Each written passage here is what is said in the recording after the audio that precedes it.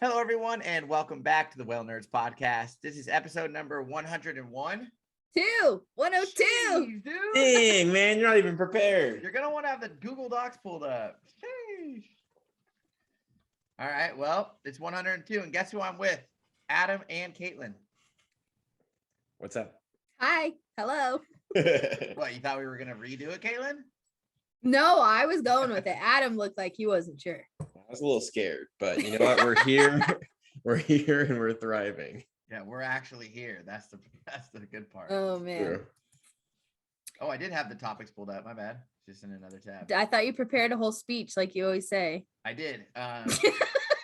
Let me just hit you guys with the topics this episode, and Let's start with saying thank you to a few people first. that's what I was gonna do. That's what the list. That's what the list was. Yeah, literally at the top of the list, it says thank you, and so I'll start by saying thank you to all of our listeners. Actually, just for listening to the podcast, it means very much a lot to us, and thank you so much for all of our Patreon supporters. Yes, thank you. It helps keep the podcast going, and helps us, plan out these trips and get these trips going for future dates, as well as upgrading our equipment. We're looking into getting some new mics here pretty soon, I think. So we yeah, all sound the same. Yeah, thanks. Yeah. Appreciate you guys. And then the next thing we're going to talk about is actually host updates. And I think Adam wants to go because he's had 2 wild days in a row. Wait, sightings are after we do the host updates. You're skipping the list. Oh, man, who wrote this? It's all backwards, dude. We got to start over. Let's start the episode. Okay, so just real quick, we'll run through our host updates. So if you haven't had a chance to check out the blog, or if you're not on our email list and you didn't get the new link, we do have some blogs up on our website that are about conservation type things. For April, we do have spaces available still for our trips, but there are only 4 seats left now for Saturday. So I told you they'd go quick. We only have 4 seats left for Saturday, the 23rd, but we do still have lots of space on Friday and Sunday. Friday the 22nd is Earth Day. So if you want to come out and celebrate the whales with us and take a trip out on the ocean, we would love to have you. And the trips are departing from Moss Landing, California with Blue Ocean Whale Watch. And we're on the hunt for killer whales, but also lots of other whales and dolphins. So we're pretty excited. You can sign up at thewhalenerds.com/trips. And we do have some merch for sale on our website as well. And then there are now video versions of all of our episodes from 100 onwards on our YouTube channel. So if you want to check out the videos, especially this episode where I'm laughing a lot so far, you can watch it on YouTube. Don't look at Slater, even though we're all in the same view. And then Whale Tales Conference registration's still open at whaletales.org. And it's a virtual event this year that's live streaming just like it was last year, that has on-demand presentations from over 20 researchers, photographers, and artists from around the world. There's some live Q&A sessions, as well as an educational expo and an expanded kids or keiki program. We actually made a pretty cool video for the keiki program, I'm not going to lie. So if you want to just sign up just to watch us do the keiki presentation, I mean, you can if you want. Whoever edited that video is a baller. He did pretty good. Just going to say. So if you want to sign up for that, there are still a few trips, I think, going on. Maybe most of them are already over, the benefit trips in person on Maui, but you can still sign up for the conference online. Okay, now we can do sightings. Okay, well, let's back it up because we got more host updates. What else you got? What? You're changing the script in the middle? Yeah, so we're gonna do our sightings next. Yeah. Okay. Who wants to go first? Adam does. I'm so confused. I'm just throwing you guys for a loop, dude. All right. Oh wait, you know what? One thing though I was gonna say is, Adam, you actually are gonna miss the Whale Tales conference. Oh yeah, you're gonna be in Mexico. Loser. I think You said your original dates were the same as mine. Actually, no. You're gonna miss it. What do you mean? Nope. I'll be back 19th to the 24th. Oh yeah. No, my dates are wrong. What they did last year is, if you signed up, since it was virtual, the pre-recorded stuff that was composed as a conference was available afterwards for you to watch later if you couldn't tune in live. Gotcha. I think that's still the case this year. You can check it out on the website. So you should be able to still watch it, Adam. That's the way it should be. Yeah, because I had to work last year, so I just watched it like a day later. It's 2022. We can have this stuff recorded. I can watch it when I'm in the bathtub or whatever. At your leisure. I didn't realize you're leaving the 29th to April 4th. I don't even know what the dates are. I gotta put you on my calendar so I know when you're out of town. I know. I penciled you guys in and already erased it once. There you go. Okay, Adam, take it away. Okay, so it's been super good in Santa Barbara lately. Typically this time of year, in February or March, it changes every year. Obviously, whale migrations change, but this time of year is really good for both humpback whales and gray whales. Yesterday we had probably like the biggest feeding congregation of whales that I've seen. Like it was honestly, it wasn't even the whales that was crazy to me. It was the freaking pelicans. It was like the entire sky was just like blocked out with pelicans. It was super cool to see. But we lost track after like 25 whales in like one pretty dense feeding congregation, and it was only like 3 miles from shore. Nice. And that typically happens in Santa Barbara, like in the springtime or February, March. When they do move in big numbers, they're super coastal. They come and take advantage of some of our coastal hotspots. Lots of lunge feeding this time of year. We had a lot of lunge feeding the past couple of days, and then they start to spread out as the summer progresses, and they go out to the islands and stuff where it's a little bit deeper water, so we don't see as much lunge feeding. But this time of year is really, really good. Again, we had 25 yesterday, and then they started to spread out. Today we only had about 5 or 6. But we got reports of just so many out there, out by the islands. But we're only running our 2.5 hour trips right now, so we're sticking pretty coastal. So yesterday was crazy for humpbacks, and then today we also had a lot of humpbacks and gray whales. We had a really cool gray whale encounter. Keep it PG. I will keep it PG. Typically on the northbound migration, we have a couple sightings of mating groups of gray whales, and typically it's 3 whales, and whenever we get the drone up, it's pretty obvious to be like, hey, there's two males and 1 female. You can typically tell that by the males. They're excited. Yeah, that's a good way to put it. There's no question that they're a male. Yeah, you can tell who's a male and who's not, and that's typically what we see is 2 males and a female, and that's because we think that maybe the males will help each other hold up the female, might be easier to copulate, and that's kind of the deal there. But today I was sitting there flying the drone. I was like, oh, this is so awesome, like beautiful weather, perfect weather, super nice sea conditions. You got these 3 gray whales rolling around, and then all of a sudden all 3 of them flipped upside down, and it was like revealed all at once, and I was like, that's 3 males. It was like I wasn't expecting it, but it was just so funny. And like I'm sure the people on the boat were like, what is going on up there? Because I was just screaming like there's 3 males. And since I was flying the drone, like I couldn't talk, so it took me a second to like when I landed the drone, then I could be like, sorry about that. We confirmed like from the drone that there's 3 male whales, so that was super cool. That's something I'd never seen before. It's always fun to see things you've never seen before, but that was super cool. Lots of common dolphins today too. We had this massive pod that just stretched out for miles and miles and miles and miles and miles and miles and miles.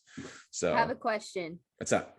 Were there dolphins when the whales were all rolling around? There wasn't initially, but then we had a small group of like 20 dolphins come in after they'd already been rolling around. After they had been rolling around. Did you get video of them both? Yeah. Nice.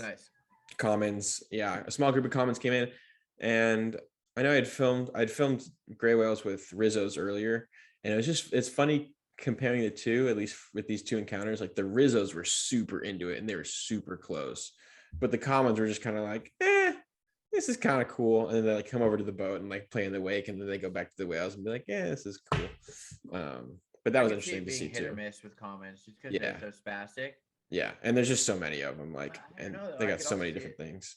I could also see Rizzos just being like, I'm busy like diving down squid. Well, that's the thing. I've had Rizzos and Whitesides completely circling humpbacks before, multiple times now.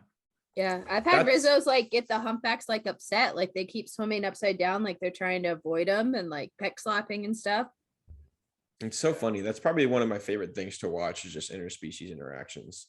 Everyone's different, and it's just super cool to see them interact with each other. Gray whale season is perfect for that because I remember So this good. day in Newport, I was flying the drone and we had a fin whale and a gray whale pass each other, and I thought I had like won the lotto that day. I remember being like, "Oh my god, has anyone ever seen a fin whale and a gray whale in the same like frame?" Like I was freaking out.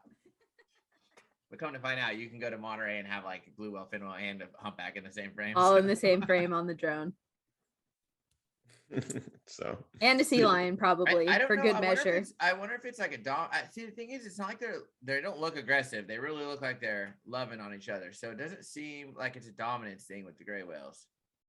It just seems like a. Well, that's the thing with like three Yeah, males. flirty it's like, type thing. Yeah.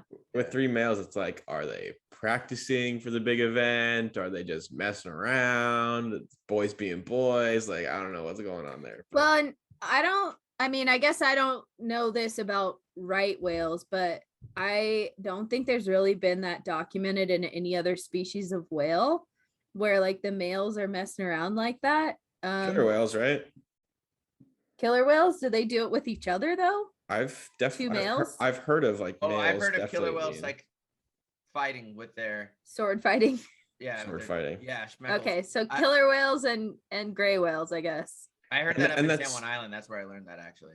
It's tough too because it's like, okay, like it's hard to anthropomorphize these animals and like put our ideologies into them. It's like they're just whales being whales. You know, Mhm. it's not like, I mean, who knows? Maybe it is a homosexuality thing. You know, you never know. But Could I also mean, just be like a hormones raging thing. Who exactly. knows? So They definitely don't have the same social constructs that we do. So exactly. yeah. So it doesn't even matter at that point. Like, Are they northbound? yeah, they're northbound. And that's the thing. Like we saw definitely some like courtship or like socialization on the southbound earlier with those Rizzos this year. But Yeah. typically we see it on the northbound. Northbound, they're much more flirty. Yeah. I mean, Southern California is a little bit different, like way down towards the party in Mexico. I feel like Yeah, the they rules probably change, change for sure. but as they go north, the adults are much more flirty. Yeah. So But super good lately. And we got really good weather for the next week or so. So I'm excited to see what happens. nice. Yeah. All right, Slater, you had an adventure. 17 whales. I'll skip. Oh. I'm kidding. No. Oh. I thought you were gonna intro me differently, and I had something planned out in my head. It was kind of a Oh, joke, and then you didn't pardon do me. it. So, Oh. but I did see. I did see a whale actually. No, I went Yeah, up to dude. San Juan Island, and my goal was actually not to see whales. My goal was to photograph foxes, which sounds funny, but I really wanted to shoot foxes. Every time I've gone to the San Juan Island, I've gone over to where the foxes, a good area to find them in on the island. And I always like am rushed because I got to get on the trip in the morning. So I'll have like 30 or 40 minutes over there. But yeah, so I spent like 4 days on the island looking for foxes, eagles, short-eared owls, and I was successful. I found all of them, and it was a lot of fun. There is I was able to plan one trip with Maya's Legacy to go out whale watching on Sunday, and then it was like super windy on Saturday, and I was like, hey, do you guys by chance have room? And they ended up having a group of 6 people not show up, or they couldn't get off they missed the ferry or something. And so I was able to go Saturday and Sunday. The first day we saw stellar sea lions, eagles, the deer that are on Spiden Island, and what are they, rams? There's a couple different species. Oh, the on bighorn there. sheep. Yeah, they got all the stuff on there that's been transported. They got it's like some weird. They have the deer, which is like Sika deer or something. It's in Japanese. Sika deer. Yeah, And they Sika have deer. like this like game animal that's Starts with the M. Mufasa, basically. But you know what's crazy is we found these, whatever they're called, Mufasas, on another island. So that means they swam, or someone stole them and took them to another island. And Oh really? It probably swam. Yeah. They do swim. But like, I want to say like upstream. It just is like up. They went north. Like, you know, Dude, I would be scared as a Maybe goat they caught the swimming around with all those incoming orcas tide around. and they just went. Maybe. I know the deer for sure do go from island to island. Like that's been they've seen them. They said it's super funny when you see a deer like swimming out in the middle. Yeah, can you imagine? Our sightings today were Steller sea lions, a deer, killer whales. Yeah.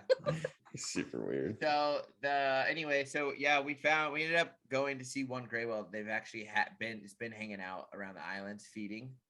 And so we saw one gray whale and it was super exciting. Thrilling. Yeah, I like not like my gray whales. It was better, dude. It was staying down 4 minutes. You almost saw like one dorsal like ridge, like one knuckle on the ridge. Sweet. So and then the second day we actually skunked out. We did see we got better looks at Steller sea lions though and stuff. They really are like, they look like bears that swim. But I don't Sea lions. They look like Jabba the Hutt to me. Yeah, I feel like they look like a bear. Although I didn't see any whales, I still think it's a cool time to go up there. It's like, I do think you still can't see whales at this time of year. The problem is like right now, there's supposed to be like a big herring spawn up north, kind of like past Nanaimo or Entrance Island, and there's like 6 or 7 different pods hanging out and staging around there, and they're feeding on the Steller sea lions that are feeding on the herring. So. I do think it's a good time. It just happened to be a bad week where a lot of the pods that they do see are up north. So there were technically killer whales in the Salish Sea, just way up north. Got it. Yeah. Cool. Yeah, but other than that, I haven't done anything local. That's okay. It's winter time. Yeah. Bad weather. I mean, there's definitely still whales to see if you want to go whale watching in Monterey. But there was some pretty rough weather earlier this week, right? Mm-hmm. I think so. But today they had humpback whales, I believe, gray whales, and then they had a pod of killer whales. Oh, cool. And then yesterday they had one killer whale, fat fin, humpback whales, and gray whales. So they're definitely still like a lot of whales around. Also, I heard a rumor that the crew up at Maya's is going to start a podcast. See, that was part of my intro. Oh, yeah, that was part I of my thing. ruined it. And then I completely lost it. Yeah. So Jeff and Sarah, who we've had on the podcast before, every time I go up there, they tell me they're going to start a podcast. And this time I went to dinner with Jeff and them, and we kind of like got it back in their heads to start one. And I had one extra day on the island, so I was texting Jeff about getting all the podcast equipment and how to set it up and stuff. And they finally posted on Instagram last night or 2 nights ago? 2 nights ago, yeah. After the breach. They're gonna start their podcast, which will be named After the Breach. I think Jeff came up with that, or Jeff and Sarah, I'm not sure. Yeah. So you guys will have to look. I'm sure we're gonna have them on again. Yeah. We talked about it, so we'll have them on again probably before or like right after they do their first episode. Mm-hmm. And then, but if you guys want, you can go on their Instagram After the Breach and follow them, so that you know when it comes out. Yeah. So exciting! More whale podcasts. We need those. Yes. Okay. I saw whales. You saw whales in I Maui? saw whales. Yeah, right. Oh my It's gosh! pretty hard to find them. What a shocker. Let's see. Since the last time we recorded, I mean, yeah, just been mom and calf palooza in Ma'alaya, and I actually worked a snorkel trip last week that was beautiful, flat, calm weather, even in the afternoon. And on our way home, we came across a mom and calf, like right as soon as we untied the boat, they were already only 150 yards away from the mooring. That's what it's like there. And there was 4 bottlenose dolphin with them too. And so it was a mom calf escort and 4 bottlenose dolphin. And it was just like magical because they were just all playing. The baby whale was playing with the dolphins, and the dolphins were like jumping out of the water, and one of them kept swimming around the boat. It was just like magic. Did you cry? No, but I think some of the people did. And it wasn't that magical. I mean, I'm just saying. Adam, we don't cry anymore. I was about to say, have you guys lost your tears? Because dude, I would just, I'm so dehydrated all the time. I can't even cry. Yeah, that's very true. And then, we've seen lots and lots of moms and calves. A few competition groups, and unfortunately, a few of them, the focus animal have been the mom and calf. And so that's been kind of brutal because like you feel bad. This little baby whale's getting chased around by all these dudes that want to mate with its mom. Like a month old. It's like, what just is leave her life? alone. Like, leave my mom alone. Yeah, my mom's hot. Wait, Caitlin. AC's mom, dude. Do you think that these, like some of these calves, like you realize you could be seeing their first ever bottlenose dolphin encounter, or like their first spinner dolphin encounter, or false killer whale encounter? Like, oh, that's pretty cool to think. Yeah, like they're probably like, whoa, that thing zooms. Well, and earlier, like at the end of January, sometimes I'm like, the captain will joke, he'll be like, dude, I think this thing just hatched out of its egg last night. It's like so fresh. You're like, so man, new. We might be some of the first boats this whale has ever seen.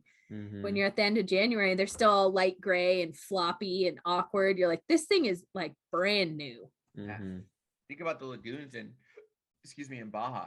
Yeah. Like some of those gray whales are fresh. Oh yeah. Yeah. I swear, I feel like more have give birth on the migration than like down there. For gray whales, I would believe that's true because it's such a long migration. For humpbacks, it's like you really don't start seeing them until January. That's like the thick of birthing. So they go. What do you mean? They just go around the corner? They're like, I'm just gonna hit the corner. I think it probably at night, and they just get somewhere where the current's gonna pull the placenta away from them. That's my theory. So that the sharks will take care of the placenta, but not be attracted to the calf while it's really awkward for the first few hours. Oh man, they don't do it at night, Kaylin. They can't see. They don't need to see. What do they need to see? Dude, your baby. What if you miss it and you can't push it up for my first God. breath and it sucks in water? Now you have a they can detect a fish this big at night, but they can't detect their baby. No, come on. They can detect a fish that big from like 7 miles away. I've literally watched it happen. I've watched 2 humpbacks lunge feed, leave, and go to another school of anchovies and lunge. Yeah. Like, oh man. Yeah. No, I don't think they can find the baby though. It'd be tricky. At night, come on. This is during the day. What we would have seen it by now. Look how stupid clear the water is in Hawaii. Okay, so if they did it during the day, you're telling me we've missed it all these years? Yeah, and you're telling me that humpbacks lunge feed at the moonlight? Yeah, dude, they freaking peck slap in the moonlight. I've seen it this season. Yeah, I know that's true. Oh, that's so disrespectful. I was driving in on the skiff and I was like, okay, I know these whales are here somewhere. And then I just see this tiny little flipper like waving at me in the moonlight. And I was like, oh, that's so beautiful. But also I want to get away from you because it's dark. Did you cry then? 1 million. A little bit. Shed one like gangster tear by myself. So you still got it. I'm still a human. Yeah. But yeah, it's been awesome in Maui. And still plenty of whales around. Lots of cookie cutter shark bites, even on calves this year. So more than I've noticed in past years, especially on the babies. So I don't know what that's about, but I think Fatfin has a cookie cutter shark bite on his peduncle. You might. His pedunkadunk. I was gonna say something, Caitlin. I've seen you not cry, but I've had. Ooh, we have so many more like exciting days to come now. Finally, dude. Sheesh. It's been like years before we could go whale watching together. Well, yeah, we're all gonna go whale watching together in April. But think about that's what I'm talking about. So think about when like our first encounters at that one place. That one place. Like we had some crazy encounters there. Yeah, the shark. Yeah. The offshore killer whales and the shark. Caitlin go. We're running back and forth yelling. Crazy. One time her, me, Eric, I think we all hugged at the same time when we had the double breach for the earthquakes. Oh, that was nuts. Yeah, that was tears. I haven't seen any tears. No tears. Adam cries on like a regular basis. I'm not really a crier. What can I say? I know, but you know how many times I've said them? I was like, if I see beach whales today, I'm gonna cry. And then I get there and it's like, where's my camera? I don't have time to cry. And you're like, where's my batteries? My SD card's out. The hard part is lens. I think the hardest thing as a naturalist will be in the spring if we see a predation on one of our trips. Because I don't cry it's kind of like group therapy, like because some of the passengers will cry and they'll be like, they'll want us to intervene. And then you have all the emotional spectrum. You have people that are like, this is horrible. I'm going to throw up. I don't want to watch this. And they're like all sad. And then you have other people that are like, this is the best day of my life. Literally. I don't know, man. It's hard. I don't know if anyone actually thinks it's the best day. I don't know. I've had a few people that have been like stoked out of their minds. Yeah, there's people that are like, this is sick, bad blood. Bad. I don't know. It's gonna be it's gonna be interesting for me this year because I'm going down to the lagoons for the first time, but I still have also never seen a predation, and I really Oh, want to you see it. haven't? I missed it last Adam. day by 1 year, by one day. Sorry. Don't make an emotional connection with those baby whales in the lagoon. I'm literally gonna freaking be hugging them. What do you mean? Dude, Kate Cummings and Tim ID'd a whale off of like where he stands down on the coast. You know, this like the secret spot where they shoot. saw it. Oh yeah. They ID'd it being the And then one. yeah, I remember that. That's toast. Imagine like, you're like, oh, "This is so magical. beautiful. It's swimming through the kelp." And then it's like, now it's in Monterey in Like, hell. 8 hours later. It's horrible. Yeah, I kind of said something on to the trip. I was like, I don't really want to see gray whale. Like, I don't really care to see the gray whale. Like, which sounds rude, but I didn't say that. I didn't say like, let's not look at it. It was just like, I don't care to shoot photographs of it. You know what I mean? Yeah. But I didn't tell them like I don't want to look at it or anything. I don't care about that. But I was just they were saying like, oh, I like, or we were kind of talking about saying how I don't like gray. I was saying I don't like gray whales in Monterey, and it's just like they are scared here. Like, don't get me wrong, when you get a big group, you know, off it's the point, fun for a little bit off the point, you can get some good whales. Like there are some gray whales, they'll play around. Yeah. But like I would say like 70 or 80% of them do not want to be seen. So it's not a good time in Monterey Bay for gray whales. Yeah, and so it's not that I don't like gray whales, it's just that I don't like gray whales in Monterey Bay. So when I say that, it's not that I don't like them. Don't get it twisted, okay? I love them. They're crusty and awesome. No, and it's like you can't make up what they do down in Southern California or in Baja. Like you can't make that up. It's so unreal. It makes no sense. And by the way, if you saw my post of that whale that we were petting on the boat, it's upside down, and those are its cleats, by the way, because people think they got like run over by a train or something. No, the comments on my Facebook right now, like, dude, they're unreal. They're the comment, ridiculous. if you're looking for entertainment, read the comment section on Slater's Facebook page. Yeah, dude. But yeah, they have like 2 ventral grooves, 2 to 3, sometimes 3. Yeah, but just tiny little ones. It did not get run over. It's just upside down, and that's its chin. Okay, we ready? This one is not as sad as the last one. Are we ready? That's a good question. Let's just get it over with, okay? This is our 3rd installment of climate news. And final for now. I'm not talking about climate change for the rest of my freaking life. Climate change is something that is a constant factor in all of our lives, but so we'll start with an article that's actually kind of an interesting way to study climate change. This was from WBUR in November 2021. I believe that is a radio station outside of Boston. And it's called 19th Century New England Whaling Logs Offer Clues to 21st Century Climate Change. So this is not necessarily a new concept, but what's the project that they interviewed people for talking about their work is they're taking whaling log books and they're using those as a data source for historic oceanographic data. So whalers and also most merchant mariners in the 1800s and early 1900s were meticulous note takers. They would take note of every detail about their voyages, especially whaling, about what conditions they were catching whales in. And some of the logbook books that they're looking at for this project are from whaling expeditions in the Indian and Southern Oceans. And those areas, there's not great historic data about oceanographic conditions. They have records like from the 1960s and forward, but nothing older than that. So Caroline Umenhofer from Woods Hole Oceanographic Institute has been studying logbooks that are in the collection at the New Bedford Whaling Museum, the Providence Public Library, and then there's a few private collections as well, or other collections, I should say. Also, New Bedford Whaling Museum, super cool. If you ever get a chance, go spend the whole day there. It's awesome. So they kind of talk a little bit, give a little history lesson about the New England and Yankee whaling fleet. It first started in the 1700s, and then during the American Revolution, when they started their war for independence from Britain, the whaling effort declined, and then it revamped again into its full glory in the 1800s. And during the golden age of whaling, New Bedford especially was a stronghold for whale oil exports. They were called the city that lit the world, the port of New Bedford. And so that's kind of a good place to get logbooks from because they're all being housed and stored there. So whaling ships crossed the ocean, areas of the ocean that were not typically covered by merchant mariners or naval activities.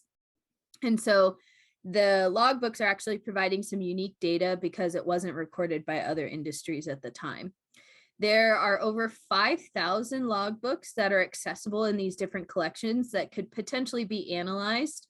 And this has actually been done before to study oceanographic data in other places around the world, like the North Atlantic. Right now, they've cataloged 50 books, and from those 50 books, they have 14,000 entries that they've gone through. And this is helping them establish some baseline data for weather patterns, which is going to help further assess how much the ocean is changing in those areas. So it's you can't really make any conclusions about changes unless you have a baseline to compare it to. So this is where they're getting it from. And they are finding in the Indian and Southern Oceans, wow, shocker, they're going through drastic changes oceanographically. You don't say. Who knew? The ocean's changing even there. So they used to call the line of 40-degree latitude south the roaring 40s. But now the actual prevailing wind patterns are starting to shift. And so that's 10 degrees further south than it used to be. So now they're calling that the furious 50s as you get closer to the South Pole. And the screaming 60s. Yeah. And then this is also causing nutrients to shift. And this is changing the way rainfall is falling as well. So remember during Climate News Part 1, episode 100, we talked about how there's droughts in South America during the warm water blob because the rain's falling on the ocean instead of falling on the land. So it's all connected, right? Like this is backing up that finding that the rain pattern is not the same as it used to be because things are changing in the ocean. So yeah, kind of a cool way to study climate change, looking at whaling logs. Blast from the past. I just looked up whaling logs, like to see what like a photo of one would look like. And it's pretty cool. They have like stamps, like it almost looks like stamps of like sperm whales. Some are just like whale, whale, and they like type like maybe they put like a foot how big it is or something. But yeah, pretty crazy. Yeah, and then they have stamp. They kept really specific logs of their like catch information too. I mean, I just listened to a lecture last night where they had very specific data from whaling records and they published it and used that as their data for like calf development, milk content, like all this stuff. So I looked up whaling logs and there's a picture of a whale balancing a log on his side. Wait, did you and see it's not Sarah. It's not Sarah and Jess, but yeah. That's funny. Science, dude. Science. That's all Caitlin just told us was science. Yeah, science. Caitlin, I also did put another topic in here, but this one's from Noah. Yeah. Could you read it? You're going to skip the other one? Oh, wait. Shoot. I went too far. I went too far. No, I'm He's trying to be clever and he messed it up. He's trying to be super clever. No. I'm sorry. I forgot that I added the K2 one in here. You're right. Yeah. Okay. This one's about Glacier Bay. So can you read? Yeah, just read through this one. Just give you the highlights. Okay. So another radio station in Alaska, K2. This is from August of 2021. And this is talking about Glacier Bay in particular, as it's an interesting location where the warm water blob had an effect that was kind of prolonged. So during the warm water blob, the number of whales visiting Glacier Bay declined by 70%. And the whales that were using Glacier Bay continued to be very absent until 2020. And mom and calf pairs were really scarce during those years, like maybe one or two mom calf pairs or no mom calf pairs sighted for several years in a row. But in 2021, they saw 11 mom calf pairs. So they're sort of seeing a resurgence of use of that habitat. And it's interesting because I just listened to a lecture about that covered this topic the other night as well.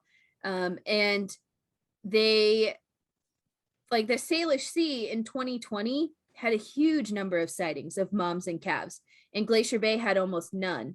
And those whales potentially were just shifting habitat because the food was available somewhere else. It may not have necessarily been that all of a sudden there was like a baby boom in the Salish Sea. It may have been that the Salish Sea was a better buffet. And the moms were like, listen, I don't have time to be messing around. I'm trying to make milk for this calf. I got to be where the food is the best.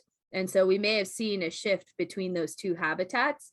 And as they kind of resettle from the disturbance of the blob, it'll be interesting to see, like this summer, where are all the babies? Are they going to be back in Glacier Bay? Are they going to be back in the Salish Sea? Are they going to be somewhere else entirely? So that was kind of interesting just to see that, like, even though the North Pacific as a whole was like, quote unquote, back to normal, different little pockets were still shifting years and years after the event. I mean, it's So much you going on. could say the same thing, about Santa Barbara. It's like in 2019 we had all humpbacks, no blue whales. Typically we get a pretty good mix of both, at least at some point. 2020, all blue whales. The humpbacks were here about this time of year, and they moved out, and we didn't have a single humpback. Yep. 2021, it went back to 2019. It was all humpbacks. We had, I think, 4 blue whale sightings the entire year. And it's like, who knows what this year is going to bring? That food source is moving around. Krill is not as abundant as it used to be. Well, and for whales, like, I think just the scale of what's a reasonable distance to move in order to find better food is like way bigger than us, right? They're like 500 miles, whatever. I'll be there, in a couple days, no big deal. Whereas us, we're like, oh my God, where'd the whales go? And they're like, clearly they know where they're going. So kind of interesting though. And it brings up a whole nother set of issues, which we're going to talk about. An example of this in the next article is the climate extremes intensify conflicts between people and whales. So as whales move into places where they weren't historically, or they stay longer or arrive earlier, humans, we put a lot of stuff in the water, right? Like boats and fishing gear and mooring equipment and all this stuff, and trash. Yeah. And so when our patterns shift, whales start overlapping with things that we put in the water when we're not prepared. And that's exactly what happened during the warm water blob with the West Coast Dungeness crab fishery. And I was there to witness the whole thing, and it was brutal. So this is a blog that NOAA Fisheries put out in 2021. And so just kind of a refresh, during the warm water blob, there was 2 problems. One, the crabs were testing too high for domoic acid, and the crab season didn't open until like the end of May. So normally crab season opens in November. There's a big push for Thanksgiving and Christmas crab, and then the crabbing effort really falls off because their yield isn't as good, and there's also not as much market demand. But this year, those years during the warm water blob, they couldn't even open for those markets. So they were just scrounging to try and make a couple bucks to salvage the season. So they fished way later into the year than they normally do, and they opened way later. Well, now you've got gear in the water during May and June when the humpbacks start showing up. And when you have really windy and ugly spring conditions, you're more likely to lose your gear too. And further up the coast, they're allowed to fish later into the summer. Then the whales started to come in way closer to shore in way bigger numbers than they had in the past. So there's huge overlap of gear and whales, and entanglements just like skyrocketed. It was like one year there was over 70 reported entanglements on the West Coast of the United States, where normally they had 10. And it was just overwhelming. It was like more than one a week with those kind of numbers. And so we were just seeing entangled whales all the time because a lot of them were in Monterey Bay. Yeah. It was horrible. It was so sad and so frustrating. So what they've studied and like what they're trying to come out with is a new system to have everybody coexist. So, and management just got really blunt with the fishermen and was like, if we don't come up with a solution that you participate in, we're just going to go with time area closures and you're not going to be able to fish at all and you're going to have no say. So if you would like to participate in this process, let's find a solution that works better for everybody. So NOAA kind of repurposed some tools they already had in place, like whale alert. Some fishermen participated in some GPS tracking work to help establish where their fishing effort was. And then whale watchers were reporting in where they're seeing whales, and they kind of created these heat maps and then were advising fishermen to move their gear out of the hot zones where there's lots of whales. And they recognize that this is definitely going to continue to happen in the future. And so we have to find a way to balance the environment. And unfortunately, there's not really a way for everybody to win with the current idea that we have. So the early warning system with trying to keep real-time information on fishing gear and whales is helpful, but still poses a risk. And they are trying to create some more incentives to the fishermen to buy into newer technologies as they are available. Everybody's watching on like bated breath for this ropeless gear demonstration to go on for the next couple years on the East Coast. And so we'll see how that goes. And if it goes well, then I think that'll be very quickly adopted in California. But just another example of how, you know, whales change their distribution in response to climate and food. And like, we got to find a way to keep it safe for everybody, because the fishermen don't want to catch the whales, and they don't want to lose their gear either, or their license or their fishery. You know, it's really a huge hit. That's why. Huge hit on their fisheries if they kill a whale and they can track it back to them. Like, and other than this entanglement thing, overall crab pots are pretty good at only catching crabs. Like, they don't really have a lot of bycatch otherwise. So I'll include a link to a paper that was put out by Royal Society Publishing that assesses this more in depth. And then you'll also have the blog link if you want to check it out. I always put those up on our Facebook page when I post about the episode. I put it in the comment section so you can check that out. So then this brings up the question, is any species of animal really going to win from climate change?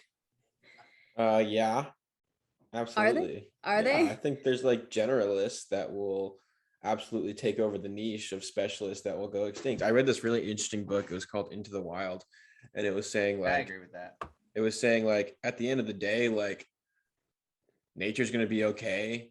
Like, we're going to lose a lot of species, but it's like, it's kind of how evolution works, you know, like we're weeding out the species that won't be able to survive, and the ones that will populate and evolve. And it's like squid, you know, squid is taking over the ocean now, as opposed to fish. And it's like creatures are having to adapt to eating a squid diet versus a fish diet. And like squid is way less protein packed than an anchovy is, like market squid for the most part, you know. And it's like some species are going to have to adapt, and if they can't, then they can't. And that's just kind of the way that nature rolls, and that's the way it's always rolled for 4.6 billion years. Like, it's not going to change, you know.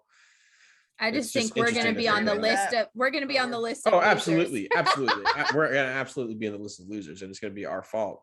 But that's the way that it goes, and we're going to be our own demise. And if that's the case, and we don't learn and we don't change things, then that's the case. And well, I mean, that's if we don't, you know, blow ourselves up with nukes or anything before then. But that's a whole other topic. I agree with what you're saying, but I also think that it's happening at a faster rate, and it's all human cause. So that's absolutely. Like, we're forcing these things we're forcing these animals to adapt when they probably wouldn't have to. They wouldn't have had to, right? No, so it's like they wouldn't have. It's like it's solely on our shoulders. But at the end of the day, it's like it's like we have the power to change and stop this. We absolutely do. It's totally within our technologies and responsibilities and everything. Yeah. And it's our choice. And if we choose to not listen and to not listen to the planet and change, then okay, like we're going to go extinct. A lot of other animals are going to go extinct, but the ones that don't are now going to be the rulers. And that's just the way it is. It's going to be beaked whales, and that's it. Yeah. Beaked whales and elephant seals. Okay, so there's an article that sort of tried to chip away at this question a little bit and talked more about killer whales. We kind of talked about this in the last episode, but in the short term, it seems like killer whales are definitely going to be climate change winners. They're very versatile predators. They're very smart. But as they expand their range and the types of food that they eat, especially as they get more into the Arctic habitat, it's definitely going to complicate the marine food web. And like we talked about in the last episode, the Arctic is a very rapidly changing part of our planet. And it's not just the animals that are going to experience the pressure from a new predator in our area. So indigenous hunters that, you know, eat seals are going to face more competition and more pressure from the presence of killer whales.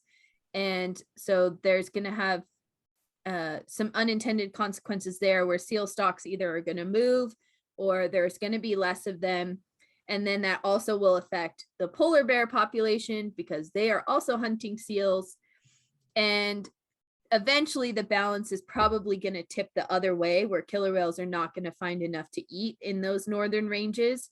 So then they kind of end up being a long-term loser when it comes to the game of climate change. Or what I think is more likely is they'll probably adjust their range back to a different place after they realize that there's not an abundance of resources with the absence of sea ice, because the whole thing's going to unravel. And at the end of the article, they really talked about how it is important to shift our management focus from managing one species as its own thing and managing the ecosystem as a whole. And we've talked about that in other residents and other episodes. Is like, it has to be an ecosystem-based management strategy. It can't be just killer whales and just salmon and just seals. Like, they're all connected. So anyways, food for thought. Okay, we got it. Home stretch here, guys. Home stretch. Is it over yet? This last one is just sort of, I found it as a really moving article. It's from The Guardian, and it's this writer, and he just kind of gives a perspective about what it's like to be an artist in the midst of the climate crisis. And he feels motivated to, with his writing, write as if these are the last days on our planet, because this is the time when we could project the future and see how horrible it could be and still make a change on the outcome. And so I just wanted to read a little bit of a passage of what he wrote. So he says, there's a time for hope and there is a time for realism, but what is needed now is beyond hope and realism. This is a time when we ought to dedicate ourselves to bringing about the greatest shift in human consciousness and the way we live. We ought to consecrate ourselves to bringing about a conscious evolutionary leap forward. No longer can we be the human beings we have been, wasteful, thoughtless, selfish, destructive. It is now time for us to be the most creative we have ever been, the most far-sighted, the most practical, the most conscious and selfless. The stakes have never been and will never be higher. We ought to ask questions about money, power, hunger. The scientists tell us that fundamentally there is actually enough for everyone. This earth can sustain us. We can't just ask the shallow questions anymore. Our whys ought to go to the core of what we are. Then we ought to set about changing us. We ought to remake ourselves. Somehow civilization has taken a wrong turn, and we collectively need to alter our destination and our journey. We can't drive ourselves to the brink of extinction a second time. If we survive this brink, we will pull ourselves back from the apocalypse that's waiting. Then we just have to find a global direction that is one of sustenance, justice, and beauty for the whole earth and for all the peoples of the earth. So sounds like one of Adam's captions. it really does.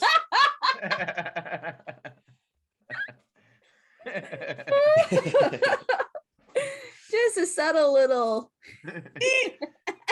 Like, literally, Adam sees one beautiful gray whale like roll around naked, and then he comes up with this, dude.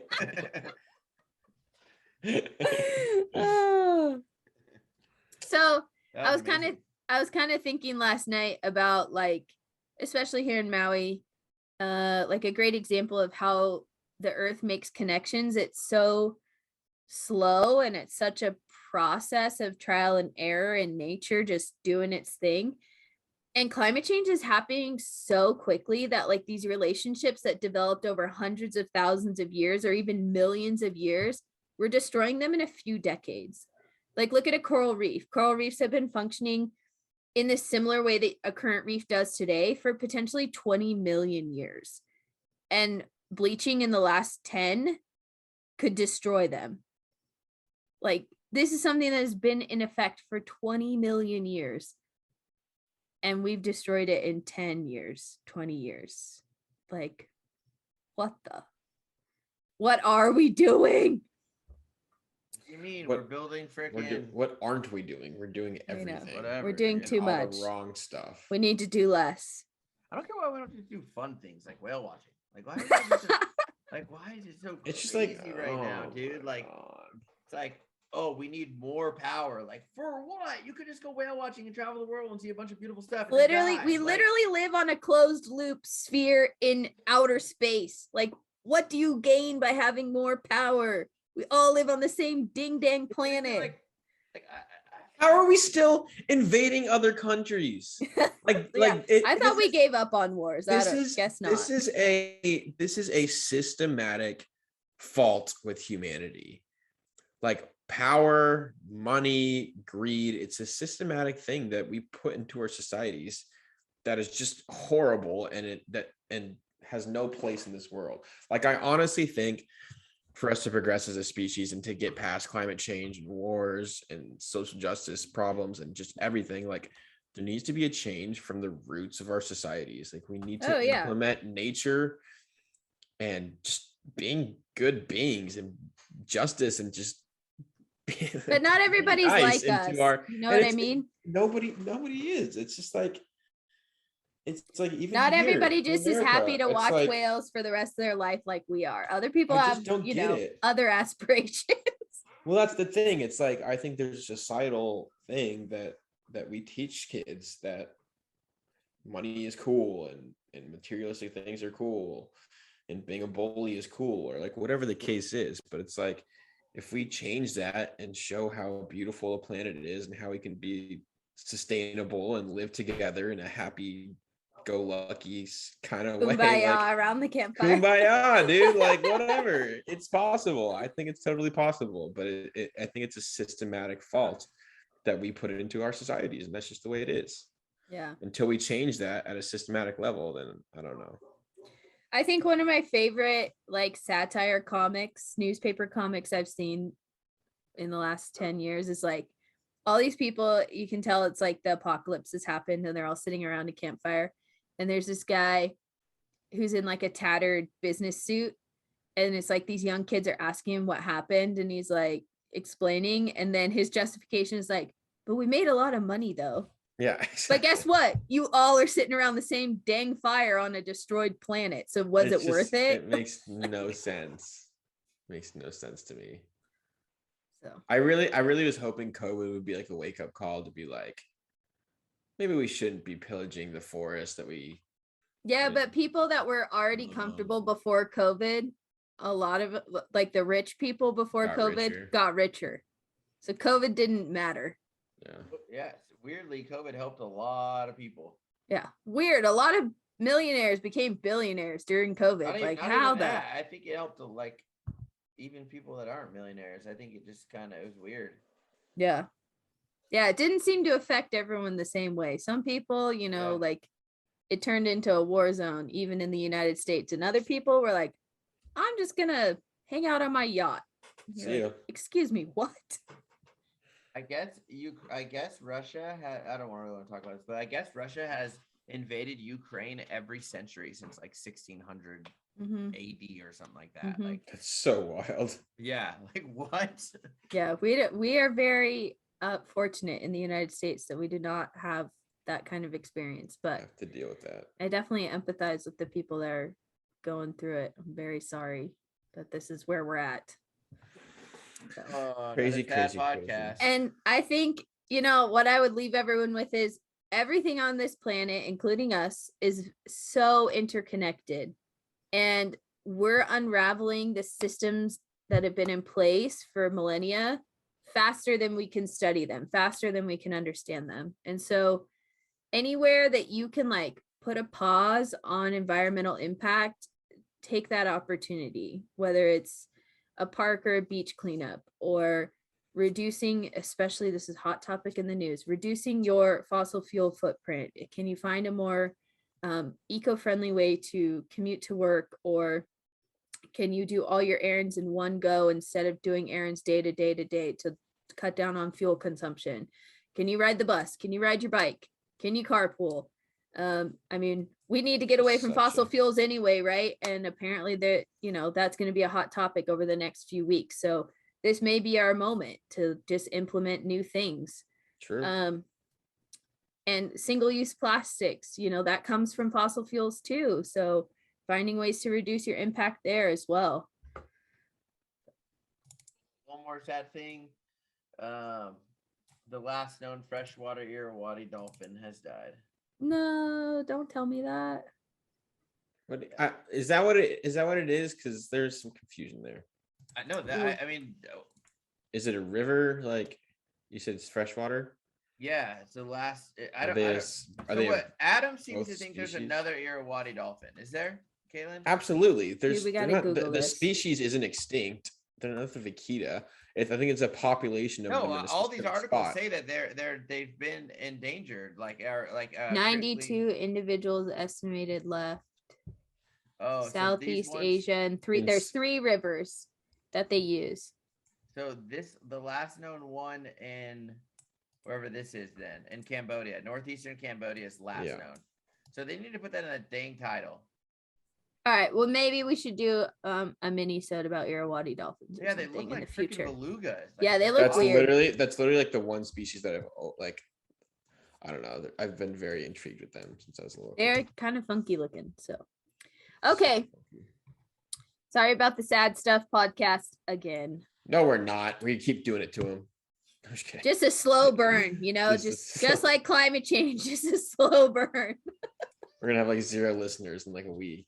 You know what? If you can't suffer through this, then you are not paying attention on this planet, because things are happening so quick. You can literally see it change before your eyes if you know where to look. So yeah, Caitlin has a new article every week. Sorry about you. So yeah, it's complicated. It's hard. It's messy, but that's life. Well, next week we're going to talk about the Irrawaddy dolphin. It's going to be great. Everything's going to be crying. Don't promise him that. We'll do some research. All right. Well, thank you all if you made it to this point in the episode. We haven't done like a secret whatever for a while. Yeah, the freaking Irrawaddy dolphin. What should we do? Irrawaddy dolphin. Irrawaddy dolphin is the secret whale of the week. Okay, I'm fine with that. Thanks everyone for listening and supporting us and sharing the podcast with other people, rating it or reviewing it, or just telling people to listen in. And yeah, we'll talk to you later. Thanks. Thanks, guys. Thank you. Bye. Bye.